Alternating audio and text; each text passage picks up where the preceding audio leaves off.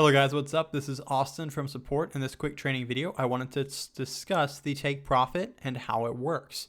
So the take profit is calculated based on an entry and an exit price. So it shows you how much where you can expect to close the stock out for profit and how much you will make. So for instance, 137.70 is where we expect the stock to top out at. And if it reaches that level, you'll have a take profit, or the amount of money you'll make is roughly 17.46% profit. And that's calculated based on the trending band and the dev high. So for instance, dev high shows where the stock tends to get overextended. And as we can see, when the stock gets above this dev high band, we tend to have those crashes, right?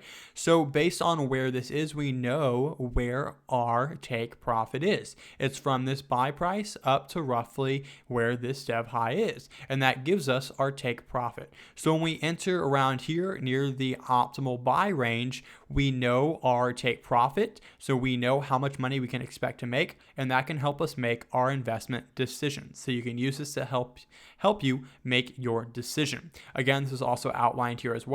If you ever forget what take profit means, you can always highlight over it and read through it to explain more about it.